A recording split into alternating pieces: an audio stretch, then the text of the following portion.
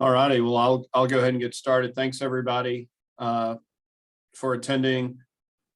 I think I've probably met everybody by now, but for those of you that I haven't met, my name is Jay Sizemore, and I'm the Chief of the Division of Infectious Diseases. And Kyle White and I run the ID service here at Erlanger, and so we're at your service if you need us. I think most of you all we interact with quite frequently, and we enjoy that. We want you guys to be great at ID, be good antibiotic stewards. Today, we're going to kind of turn away from that topic and touch on HIV. So more general topic on HIV, but then we'll look at just some pearls that you can take away from how you might manage somebody who comes in the hospital with HIV, depending on why they come in. So the objectives of the talk are to review HIV epidemiology and screening and testing guidelines, to discuss current treatment strategies, and we've really transitioned from a acute infection model to a chronic disease model, and then summarize successful and unsuccessful prevention approaches that have been tried over time and currently are in use. So we'll start with epidemiology, transmission, and natural history. The kind of quote unquote official data from the US lags behind for a couple of years. I probably could get a hold of 2019 data, and I apologize for not doing so. But as of 2018, we had about 1.2 million individuals in America living with HIV. Approximately 14% don't know it, and that's problematic. Some mathematical modelers have estimated within the last 5 years or so that 14% may contribute up to 50% of the sexual transmissions that occur in this country. About 38,000 new infections in 2018. 70% of those individuals were men who have sex with men. 1 in 6 of those diagnoses are 50 and over. Interestingly, of those individuals who are living with HIV, so again, a prevalence number here, over 50% of those individuals are over the age of 50 now. We had 15,000 deaths in HIV infected individuals in 2018. Again, most of those are at least directly HIV related. There tends to be an 8 to 10 year average asymptomatic period before progression to AIDS. So that's also problematic for transmission purposes, and that most people who have it early on don't know it. 32% of people are over the age of 55, so 50% over the age of 50, 32% over the age of 55, and a well-controlled patient can expect a near normal lifespan. And so there's probably still a little bit of a pro-inflammatory effect of HIV, even in those individuals who have well-controlled HIV. And so from a cardiovascular perspective, they do have increased risk of disease compared to age-matched non-HIV infected controls. Some experts have estimated that they have the cardiovascular risk of someone who's 3 to 5 years older who doesn't have HIV. And so that's just something to keep in mind. Like for me, when I'm calculating ACC risk scores for purposes of lipid lowering therapy, I mean, certainly not validated in HIV populations, but at least can have discussions with my patients of adding 3 to 5 years and at least seeing what their risk might look like. These are incidence data by gender and risk factor, as well as race, ethnicity for 2018. So you can see the largest cohort of individuals are Black African Americans who have male-to-male sexual contact, and those count for approximately a quarter of the cases. You can see that Hispanic Latinos, both in male-to-male sexual contact as well as heterosexual contact, are also overrepresented based on the percentage of the total population in the U.S. that those that they represent. So, these trends really haven't changed significantly. over time. It's disappointing that these health disparities continue to exist. Certainly at SIMPA, we're very cognizant of that. That's the clinic where I provide HIV care, and certainly we continue to try to reach out to all communities, but especially these higher risk communities. These are age cohorts. These are a little older data.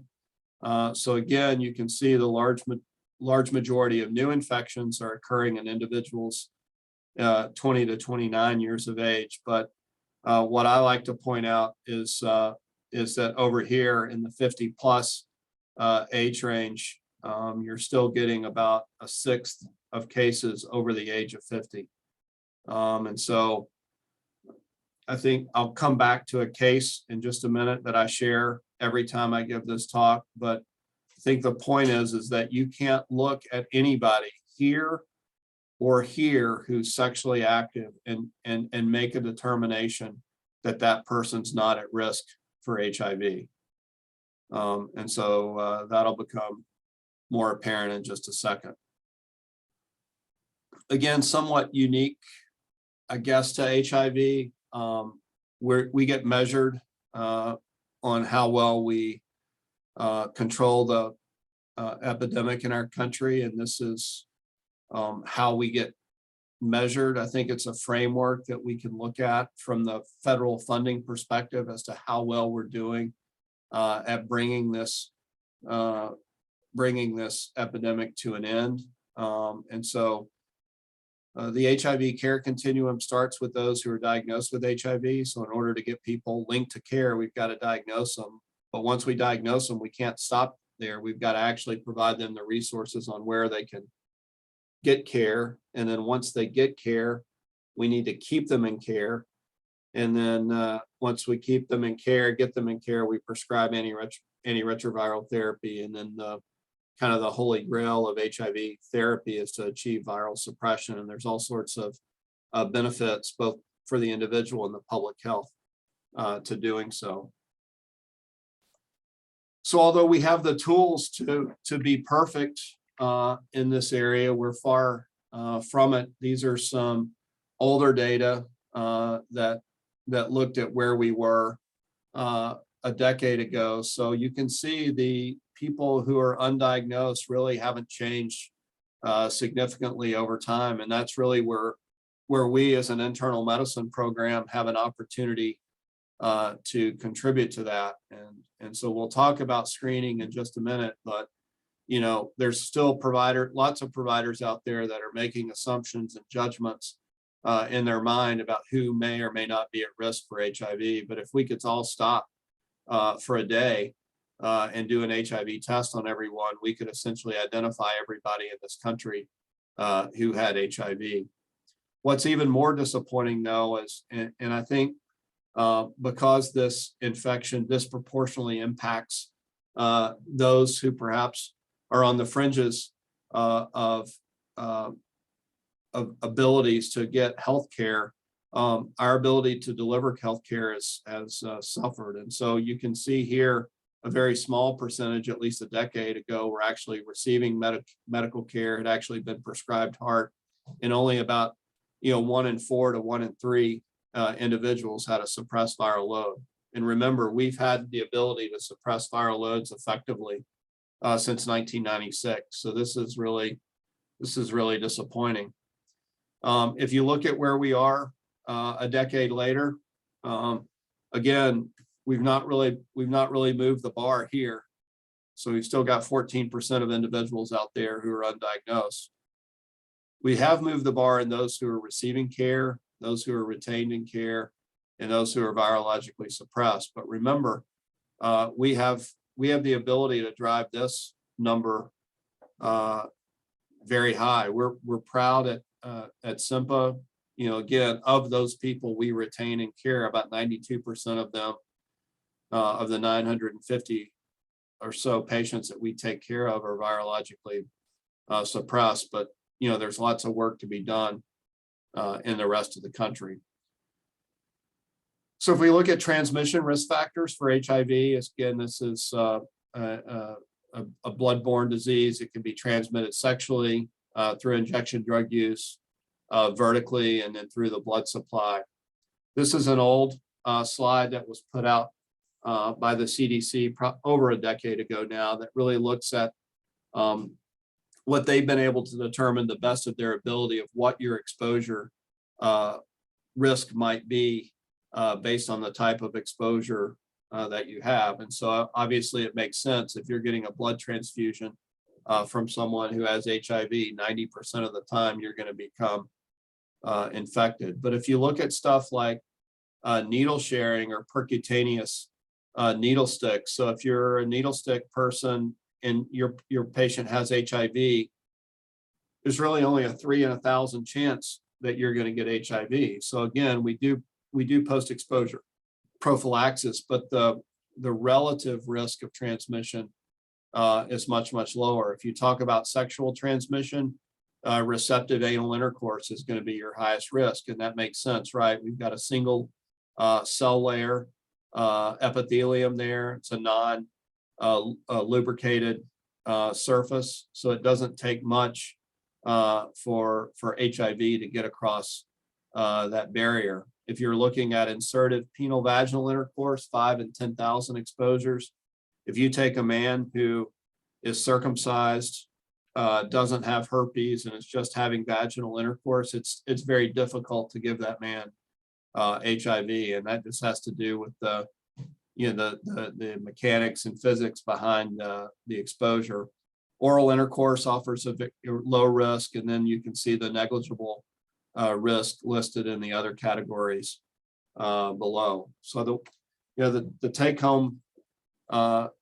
home message from this slide is, again, I'm going to show you in just a second, the blood supply is incredibly safe, but it's these drug use and anal intercourse episodes that lead to the highest numbers of transmissions. This too is an old slide, but summarizes the natural history of untreated HIV. In the triangles, you see the HIV viral load. In the clear boxes, you see CD4 counts. So CD4 counts represented on this axis, viral loads represented on this axis, and then time is on the x-axis. So what you can see from the time of acute infection, you have a very large increase in HIV viral load. And so this is on a log scale. So this is 1 million copies per cc of blood. The body is then able to mount some semblance of an immune response, and they're able to control the virus, usually just partially. And so you would see, regardless of whether the patient gets treatment, you see a viral load drop to somewhere between 1,000 and 10,000 on average. And again, this occurs over a period of weeks. What you'll notice here is there's a break in the x-axis, and then it extends out from not weeks, but years. And so in the setting of untreated HIV, this viral load kind of fluctuates within the individual, but then over time, as the immune system is beaten down, the viral load begins to increase. People develop constitutional symptoms, subsequently develop opportunistic infections, and then die. And you can see on average from the time of infection to death, it would be somewhere on the order of a decade. Similarly, the CD4 count drops acutely with acute infection, but then rebounds to a certain extent. And remember, this is that latency period that I'm talking about. These people are often asymptomatic, but they definitely got virus circulating in their blood. And so they're infectious to other individuals. Remember, the highest risk group are in that the highest number of new cases are seen in the ages 20 to 29. So these are people who are in their relative sexual prime. And so they're potentially having lots of sex, not knowing they're infected, and can account for a number of transmissions. Over time, the CD4 cell count is depleted. You drop below 200, which for historical purposes is referred to as AIDS. I like to think about that as just advanced HIV infection. It's at that point on average where the body becomes at risk because of a weakened immune system for opportunistic infections. And usually it's either an opportunistic infection or cancer that would take people down. So this can be, essentially completely obliterated with the highly active antiretroviral therapy that we have now. So going to shift from epidemiology to diagnosis and treatment. This is the current treatment paradigm that's recommended. This is an antigen antibody combination immunoassay. If it's positive, like if you order an HIV screen at our hospital and this is positive, this happens automatically. And so the overwhelming majority of HIV infections, save for those that originated out of West Africa, are going to be HIV-1. So you have a positive screening test, you do the confirmatory test, which is a send out at our lab. It typically takes 2 to 4 days to come back. You're most often going to get this result. And if this is positive, then that patient is positive. I've never seen this result, and I've never seen this result. Occasionally, I've seen an indeterminate result for HIV-2, and that's almost always going to be a false positive. But if you do get an indeterminate result or a negative result, kind of the tiebreaker is to do a nucleic acid amplification test, or just basically to detect the virus itself. And so this is one of the few opportunities where we might order an HIV viral load on an inpatient. And again, this doesn't occur very often. This too is a send out test and takes several days to return. The other opportunity to order an HIV viral load in a hospitalized patient is that patient where you might suspect they have acute infection. And so they truly could be in a window period where this test might not show up. These tests are pretty good now that they combine antigen and antibody to pick up on acute infection. But there's still a slight risk, and especially in someone with an acute mono-like syndrome, where you might want to order a viral load in an HIV negative patient to look for acute infection.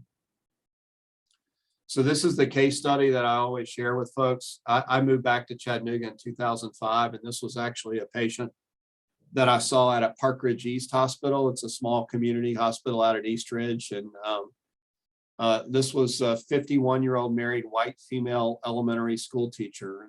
And the reason I go into those descriptors is she's white, and some people might make a judgment because she's white, she's not at risk for HIV. She's 51, so she's old. She probably doesn't have sex anymore, so she's probably not at risk. She's female. We know that at least in our country, this is an epidemic of men who have sex with men. And right, she's an elementary school teacher. So how in the world would somebody who's teaching our elementary school age kids have HIV, right? So I mean, these are the judgments that go on in a lot of providers' heads about who may or may not be at risk for HIV. Her husband was an engineer, right? So these people, these kind of working upper middle class individuals, they have a great life.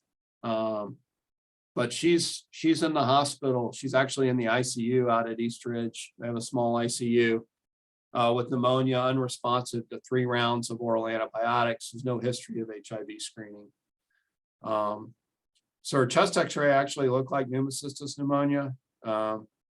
Again, a little bit of Monday morning quarterbacking going on here because she had already failed 3 rounds of oral antibiotics. This was in 2005. The paradigm for testing at that time was primarily high-risk individuals for HIV, as well as pregnant women. So we weren't doing a lot of routine screening for folks at that time. But it turns out she actually does have pneumocystis. She's HIV positive, and in retrospect was upset at her primary care for not testing her for HIV. So it turns out she had all sorts of other stuff. She had abnormal PAPs. I think she had aseptic meningitis. She had herpes. So she had some risk. She definitely had some risk factors. for STDs and immunosuppression. Interestingly, her husband was negative.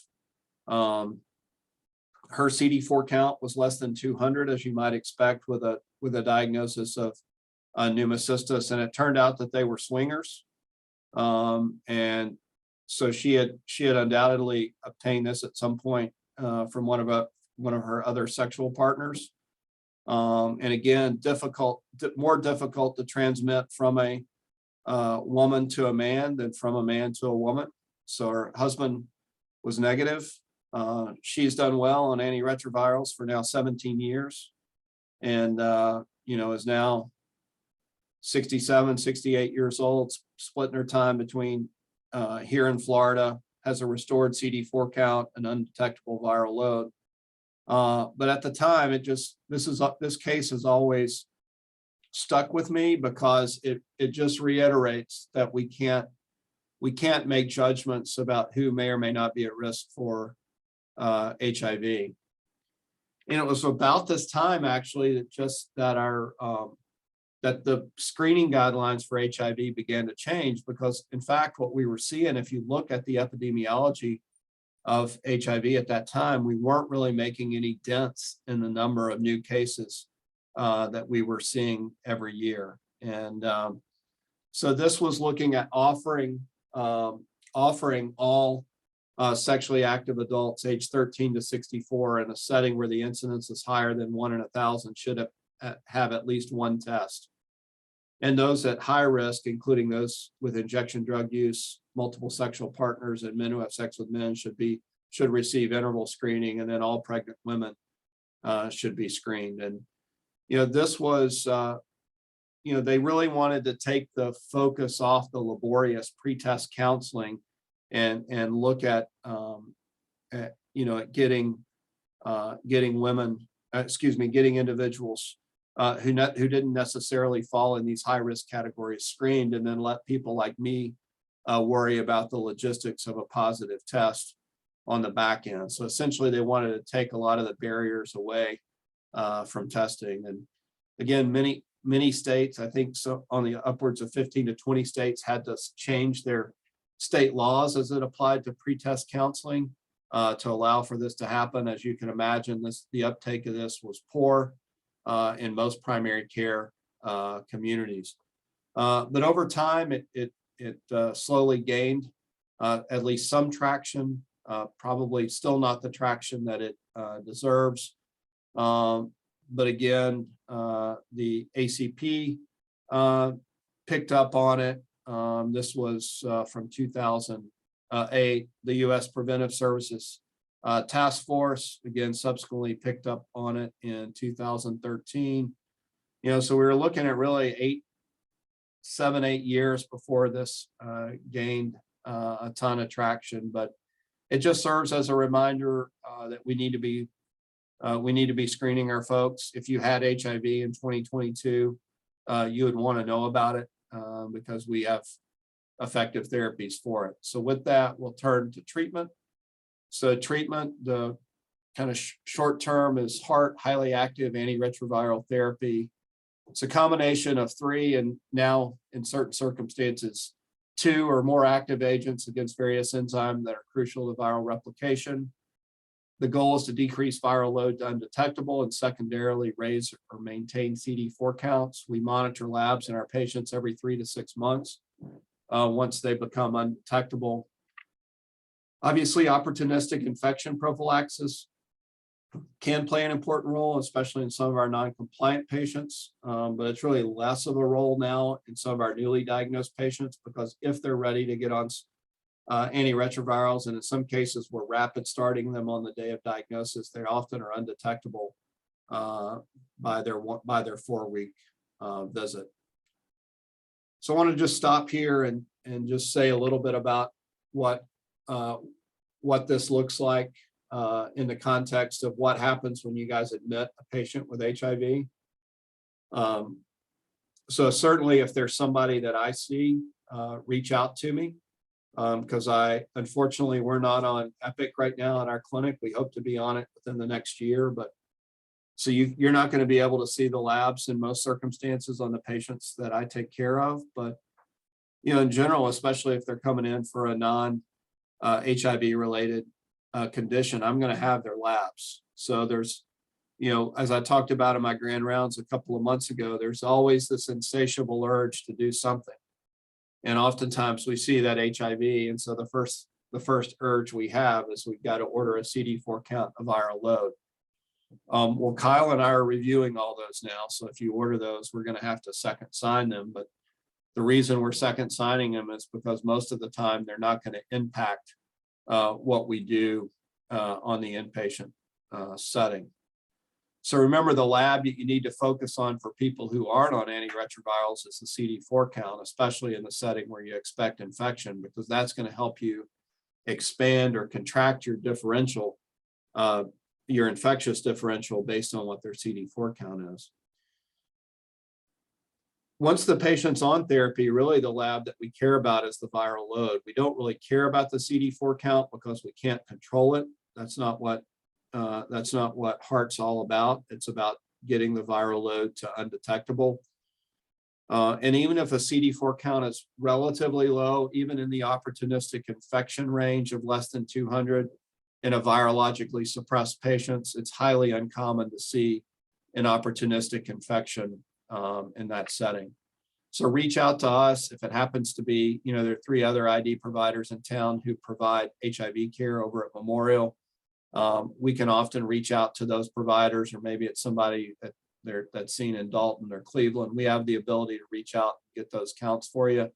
Again, really not a reason to order it in-house. If you have a truly non-compliant patient who's in for an infectious disease problem and you do want to contract or expand your differential, a CD4 count's okay. Remember, it's a send-out test and probably going to take 2 to 3 days to come back. It's also very important to get the highly active antiretroviral therapy correct. And so, again, as part of our stewardship effort, we were able to see patients who have orders for antiretrovirals. So often what we see and what the literature supports is that when patients get hospitalized with HIV, often they have incomplete or incorrect regimens that are entered. I mean, it's happened for years. Here, it just happened within the last week to 10 days on a pregnant lady who got admitted. And so, the patient may not know their medications. They may tell you that, well, Dr. Sizemore says never to miss my medications, but it's the worst thing that you can do is start a partial or an incorrect regimen.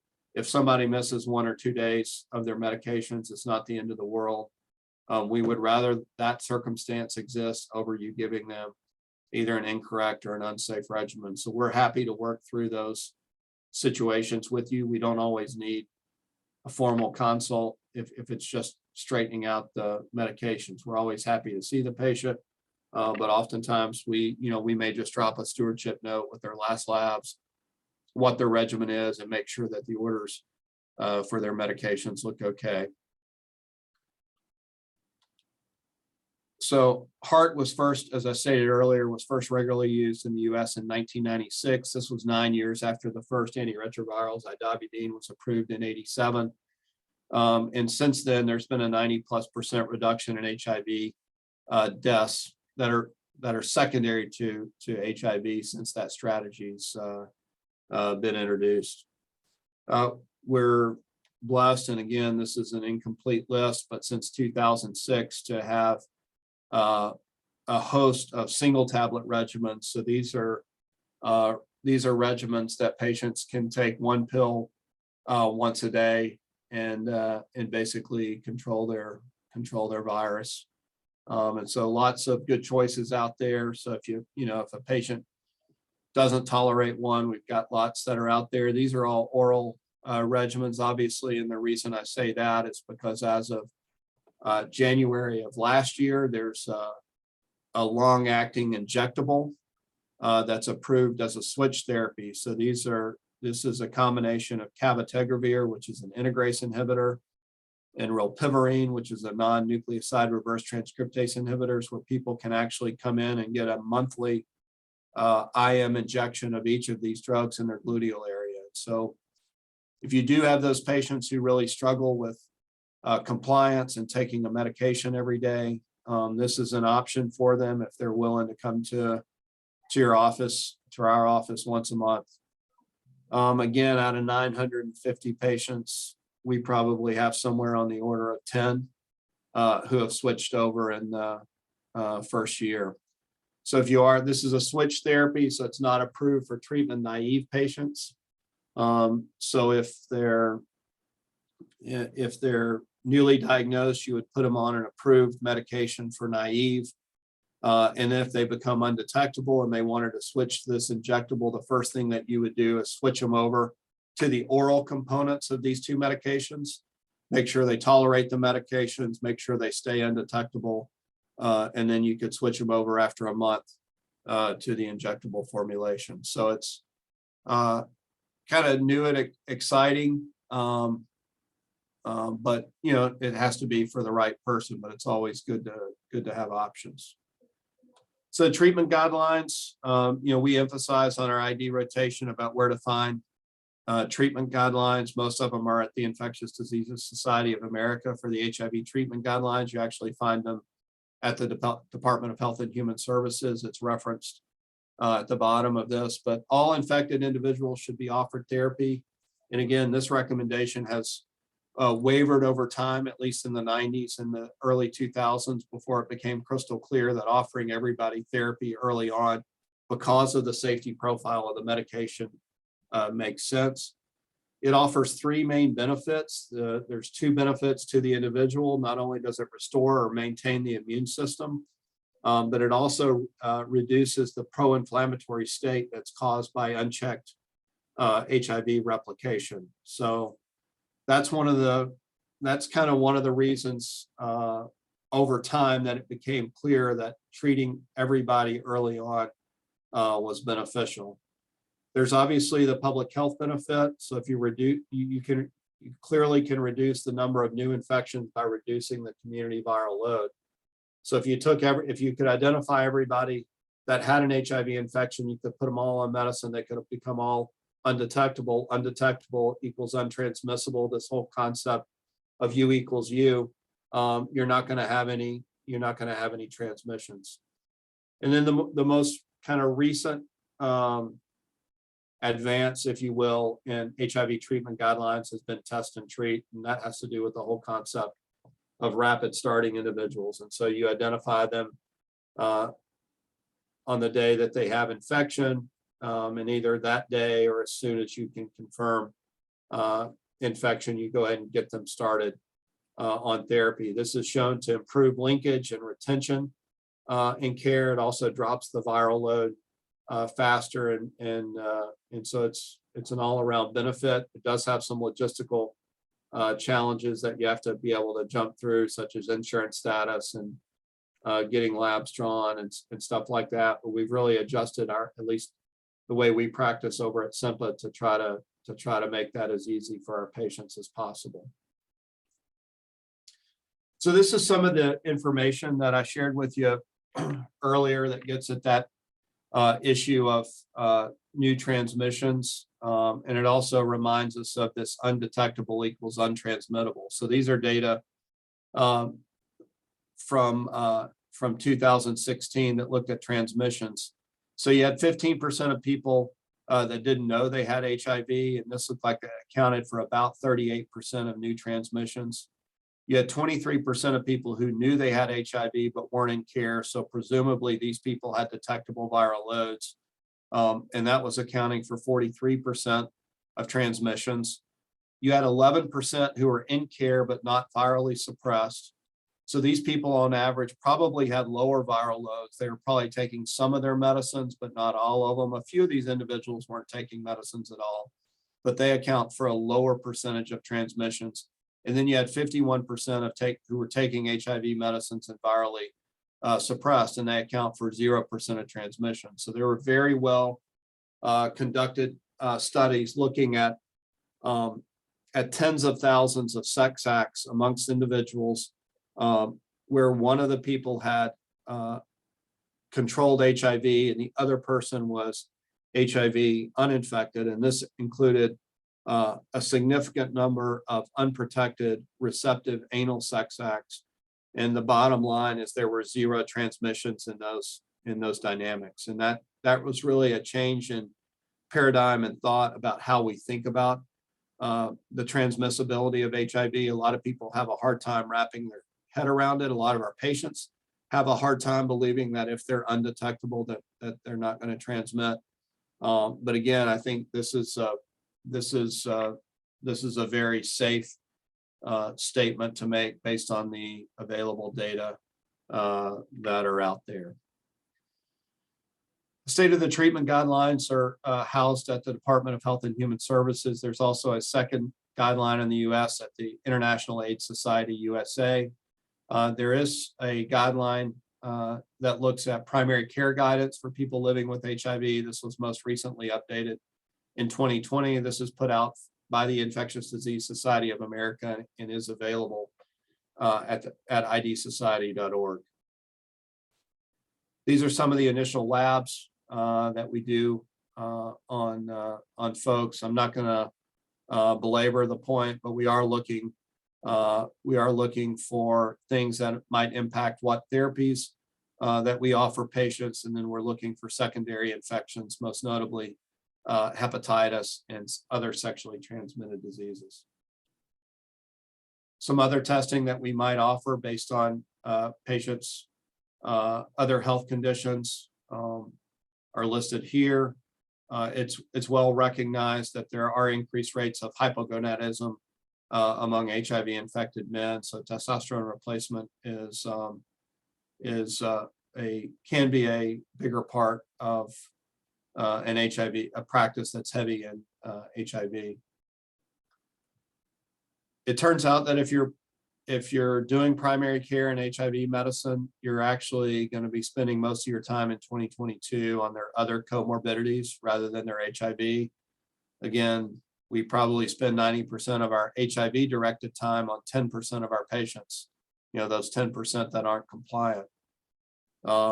The other 90% of our patients who are compliant, we're really looking at all these other health conditions that are associated with aging. Health maintenance is a very important part of what we do. We get measured because we're federally funded on how well we vaccinate individuals and how well we perform other health screening measures. So really the management of the HIV, although we get measured on that, it's really a minor part of what we do overall. So that's HIV treatment. I'm going to spend the last portion of the talk talking about HIV prevention. This is a laundry list of HIV prevention strategies that have been tried over time.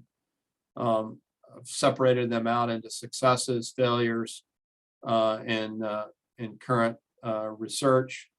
Again, I continue to list pre-exposure prophylaxis under research because we're continuing to look and try to optimize our regimens. I think opt-out testing in the general population, I think I would probably move that over to success, as we have seen declines in the number of new cases in the US over time, not the declines that we want to see.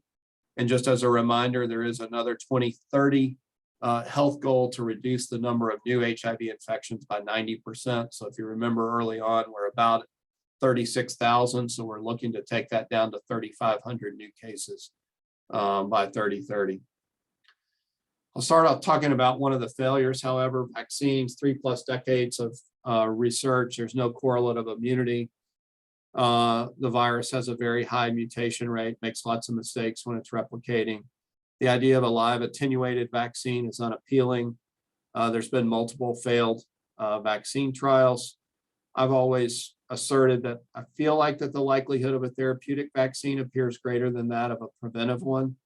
There's been some headlines, I think, in the news over the last 24 hours in the lay press where they're taking mRNA vaccines into phase 1 trials for HIV. And so we'll kind of see what those look like over time, but I don't suspect that we'll have a quick vaccine, either related cure or prevention technique in the near future.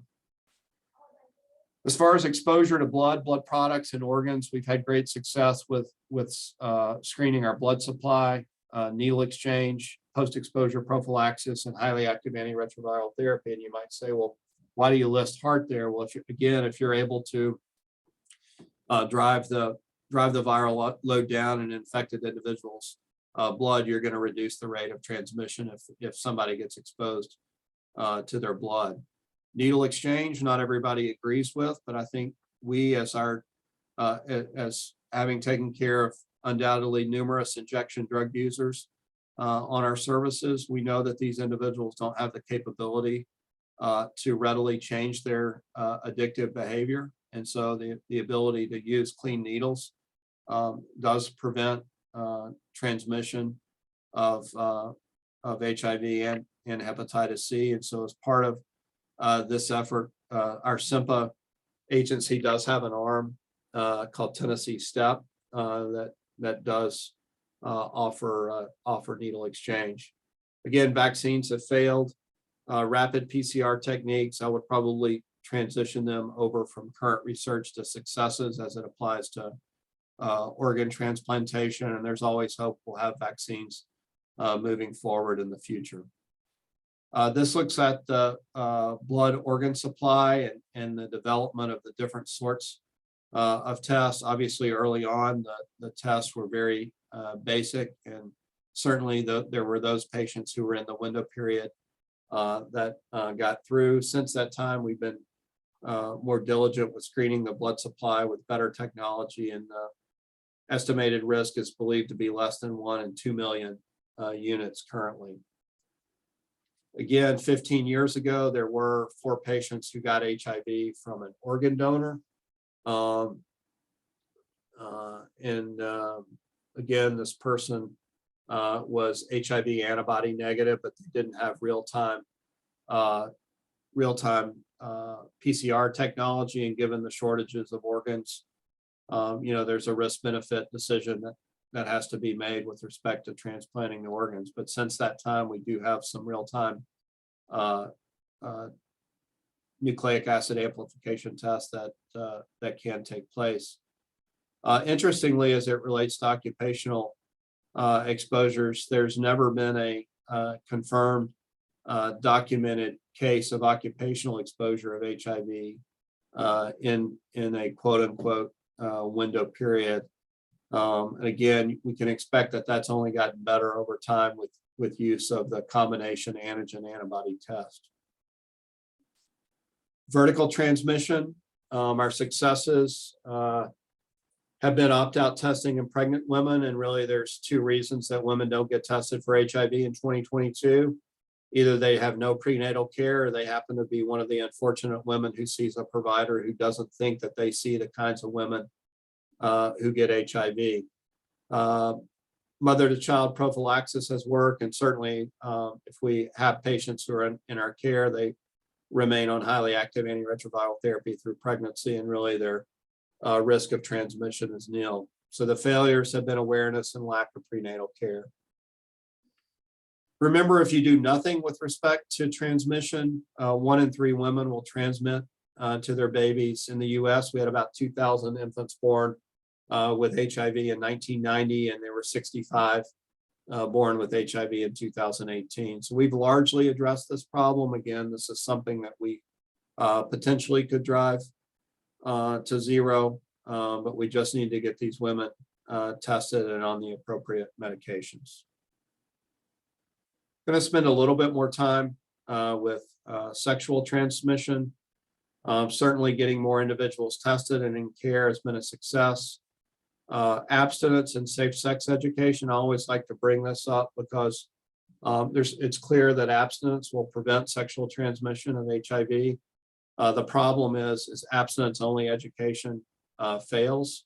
Honestly, as a parent, as a provider, as an educator, I mean, we can't control individuals' sexual behavior, and so to pretend that we can is just going to be misleading, and it's going to lead to increased transmission. Again, antiretroviral therapy by dropping viral load reduces sexual transmission. It reduces it to 0 if the viral load's undetectable. Non-occupational post-exposure prophylaxis. Going to talk a little bit more about circumcision, and it's been a couple of slides talking about pre-exposure prophylaxis. This is the most recent updated guideline with respect to non-occupational post-exposure prophylaxis. And so again, occasionally we'll deal with this in the ED or at our clinic. Someone says that they've had an unprotected sex act with somebody who had HIV.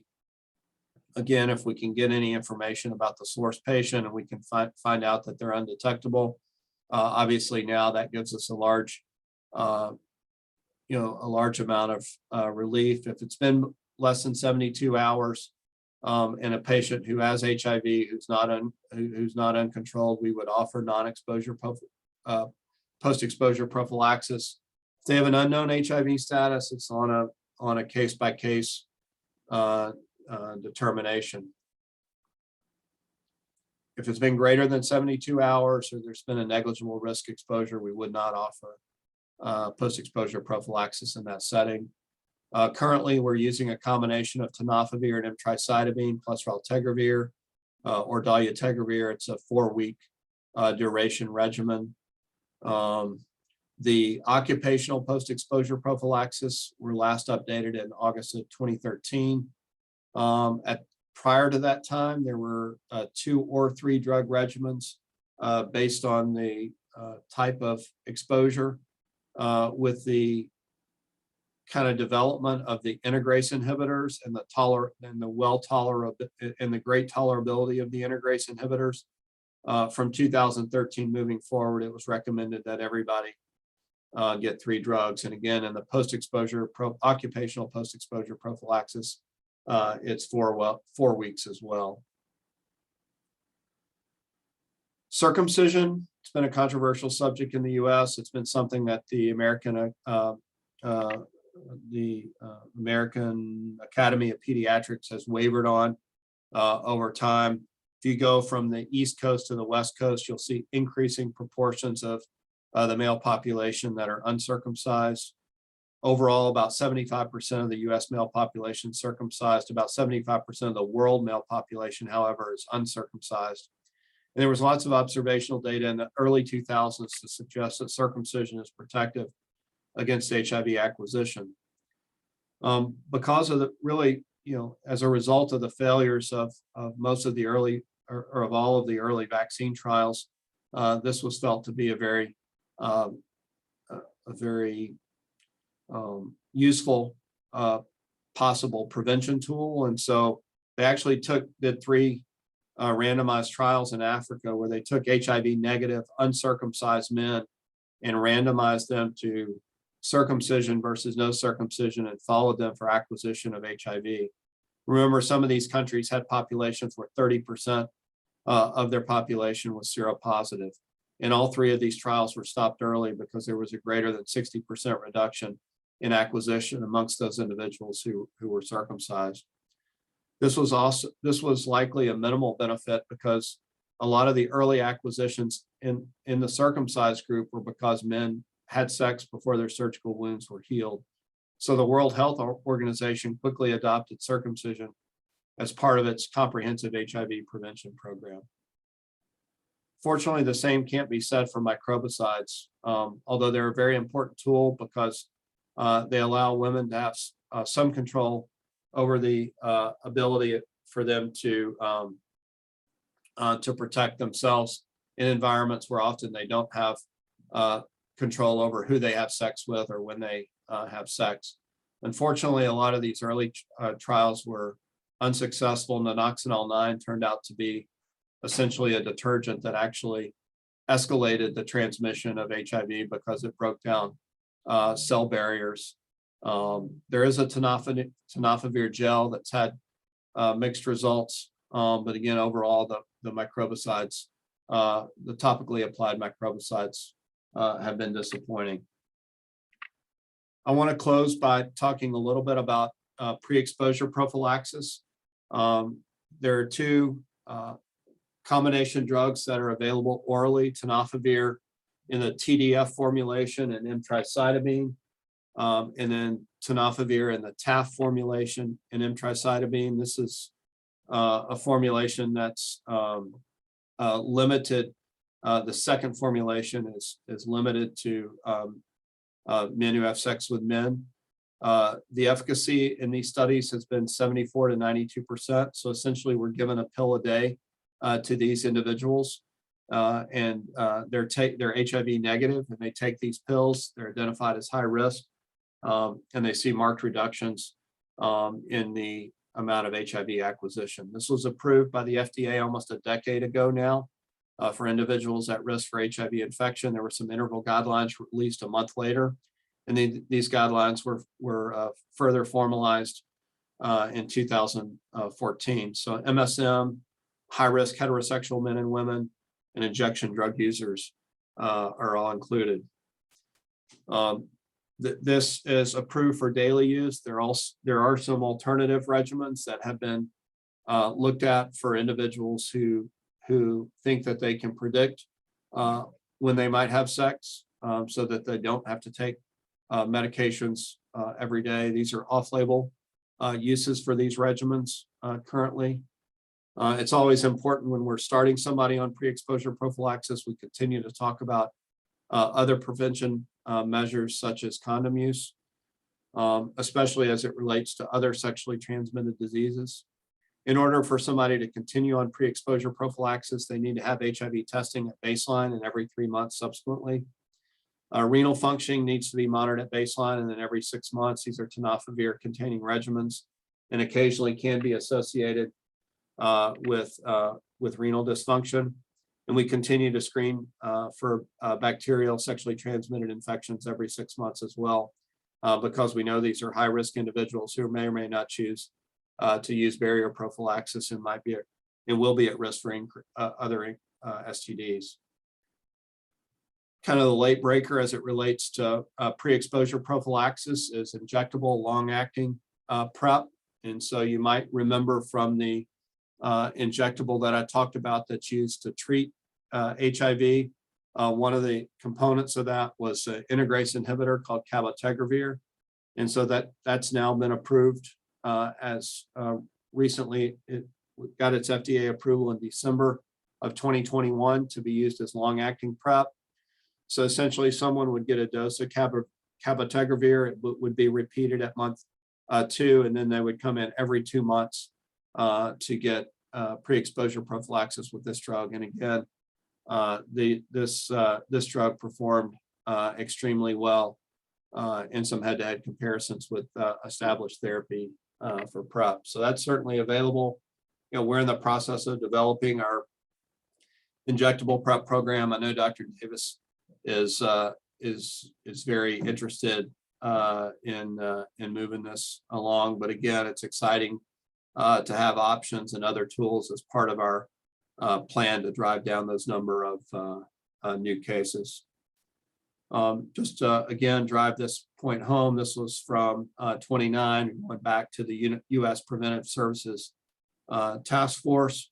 And again, it's getting a great recommendation as far as moving this forward. These sorts of recommendations help with insurance coverage of infections, of prevention efforts such as these. So this is something that you can do in your own practice if you have a high-risk individual who's interested in pre-exposure prophylaxis, but certainly if you don't feel comfortable doing that, that's something that we are very comfortable with doing here at SIMPA, and you can send our patients, your patients, our way. The last thing I want to bring to your attention is there's an incredible, if you're really interested in HIV and you want to dig deeper, there's a really incredible curriculum that's available for free out of the University of Washington. It's the National HIV Curriculum. You can see the URL up at the top, but it's a great program, something that we share with when we're onboarding our new advanced practice providers. So in conclusion, successful treatment strategies exist, which have significantly increased lifespan and transitioned HIV medicine into a chronic disease model of care. I think highly effective vaccines or cures are unlikely in the near future. We've got effective but not perfect prevention tools that exist, but would encourage you to be ambassadors and continue to spread the word for widespread screening, especially in your primary care practices. Education, prevention, and retention remains the keys to fighting the epidemic. And again, hopefully with all these strategies taken together, if we continue to raise awareness, we really have everything in place where we could bring these numbers way down. So I'll stop there and be happy to take any questions or comments. So Dr. Sizemore, what was the screening interval you recommend for patients who don't seem to be above average risk? Oh, what single screen. Okay. I would say anybody who's switching sexual partners, though, I would feel comfortable with repeat screening of those individuals. So I would say if you get screened once and you're in a monogamous relationship, I wouldn't see any reason to rescreen. Otherwise, I think it's always intelligent if you're entering into a new sexual relationship to be screened if both people are good with that.